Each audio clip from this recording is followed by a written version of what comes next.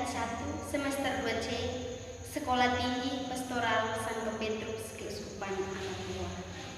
Pada kesempatan ini saya akan mempraktekkan cara mengajar sebagai guru, dan materi yang saya bawakan pada kesempatan ini yaitu pengantar dan sejarah katekese umat.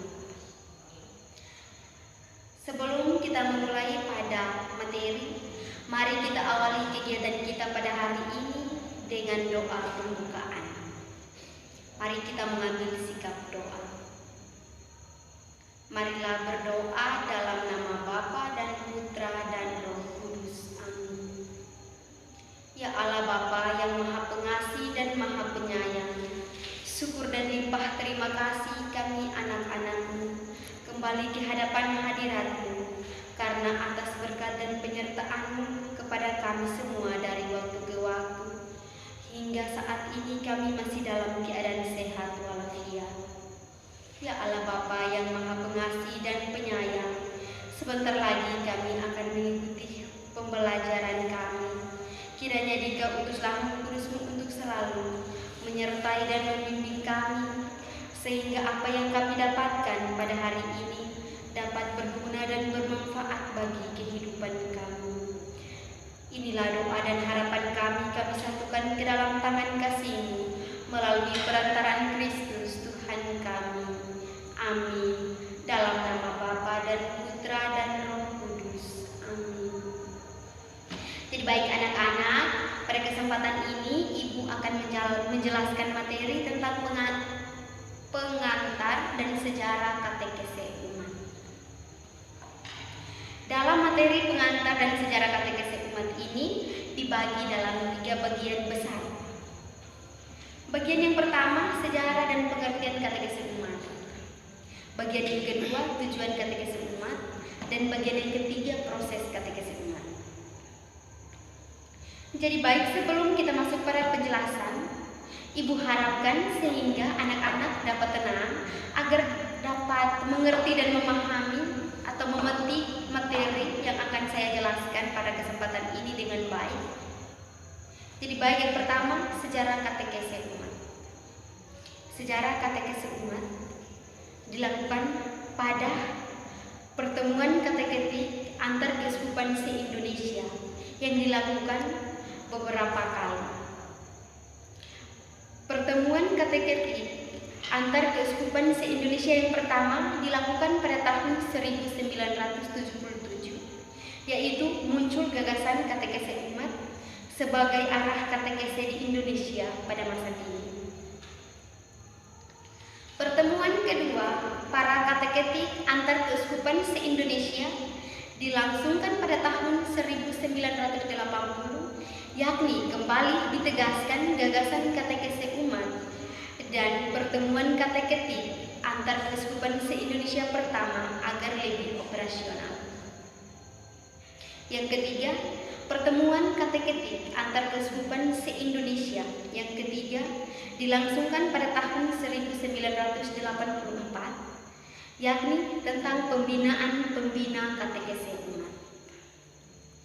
Yang keempat, pertemuan kateketik antar keuskupan se-Indonesia yang ke-8 dilangsungkan pada tahun 2004, yakni masih berbicara tentang katekese umat.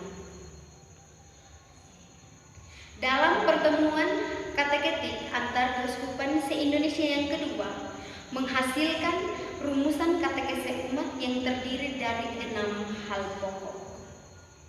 Hal yang pertama, katekese umat atau disingkat menjadi KU dilakukan sebagai komunikasi iman atau tukar pengalaman atau penghayatan iman antar anggota umat atau kelompok melalui kesaksian iman, dan melalui kesaksian iman kita diteguhkan dan dihayati lebih sempurna.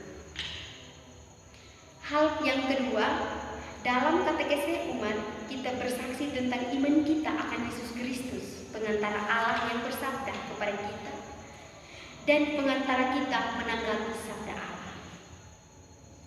Yesus Kristus mendasari penghayatan iman gereja. Hal yang ketiga, yang berkatekese adalah umat.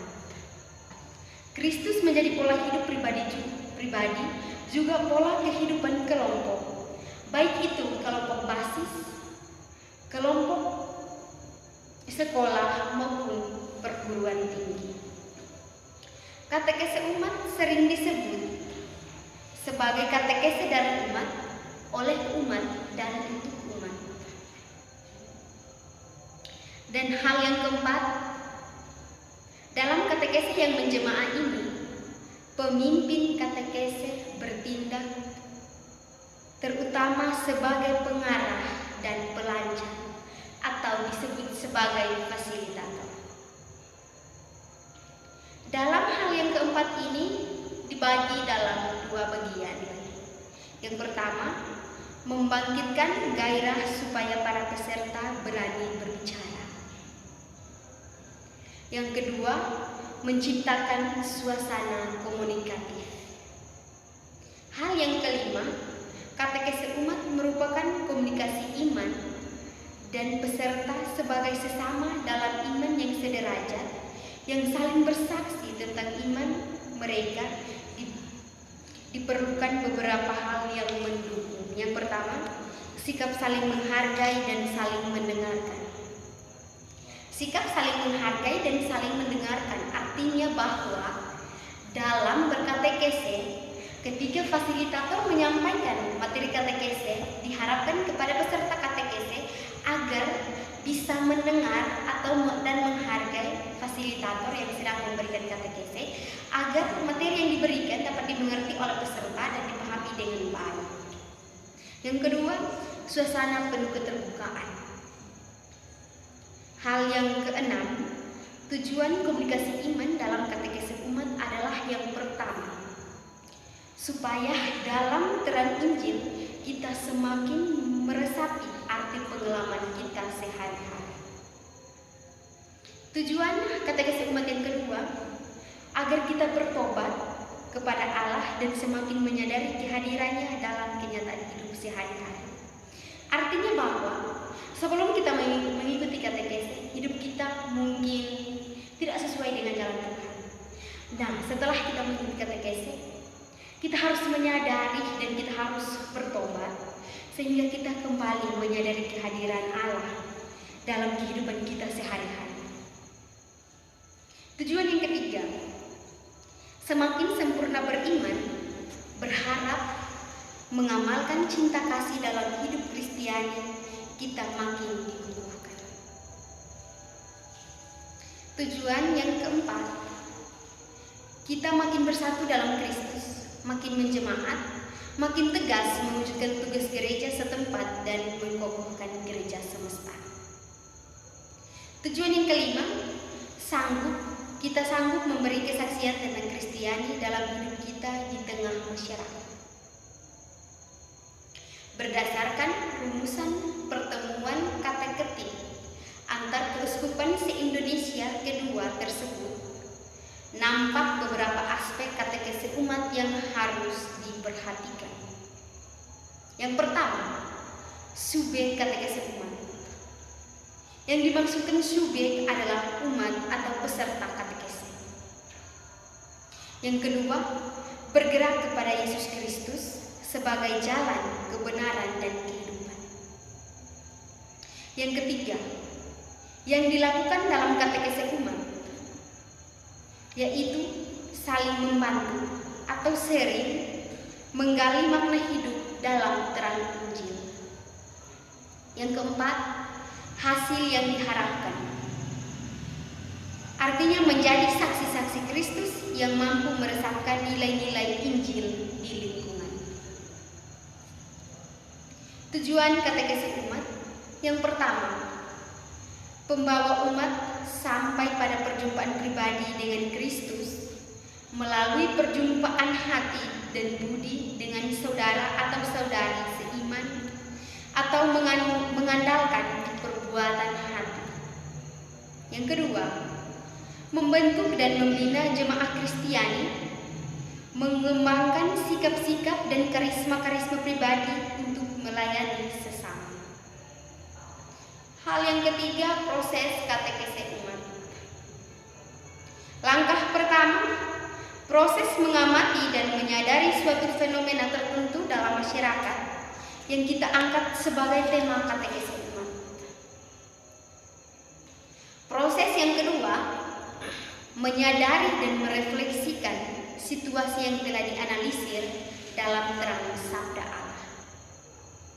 Firman Allah atau kitab suci mempunyai peran umat penting dalam katekese umat dan bukan sekedar tempelan belaka. Proses katekese umat yang ketiga, memikirkan dan merencanakan aksi untuk bertindak. Artinya setelah kita berkatekese, kita berunding bersama anggota kelompok untuk melakukan sebuah aksi nyata. Dan katekese umat selalu berujung pada aksi nyata. Bukan hanya sekedar duduk untuk mengikuti kegiatan katekese atau mendapat materi dari fasilitator, melainkan selalu diakhiri dengan suatu kegiatan atau aksi nyata. Yang berikut keunggulan katekese umat. Keunggulan katekese umat meliputi dua bagian, yakni yang pertama, katekese umat disebut katekese dari umat, oleh umat, dan untuk umat. Sehingga umat menjadi subjek berkatekese. Dengan demikian, memungkinkan semua umat berperan aktif. Artinya bahwa dalam katekese bukan hanya fasilitator saja yang aktif berbicara, melainkan semua peserta katekese diharapkan agar aktif dalam kegiatan tersebut. Keunggulan yang kedua, katekese selalu berbicara tentang hidup nyata dalam terang Injil, sehingga memungkinkan umat menyadari bahwa Allah hadir dan berkarya dalam hidup nyata mereka.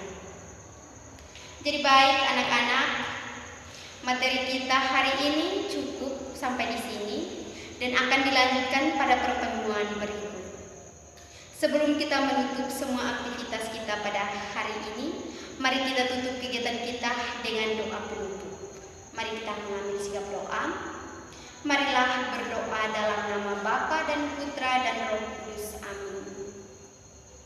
Terima kasih ya Allah Bapa dalam kerajaan surga atas penyertaan dan perlindungan-Mu semata kepada kami semua dari awal pertemuan, pertengahan hingga berakhir ini dengan baik.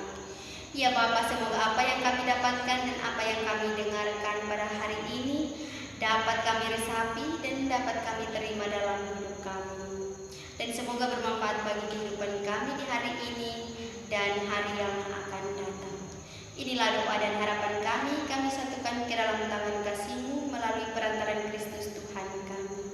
Amin. Dalam nama Bapa dan Putra dan Roh Kudus. Amin.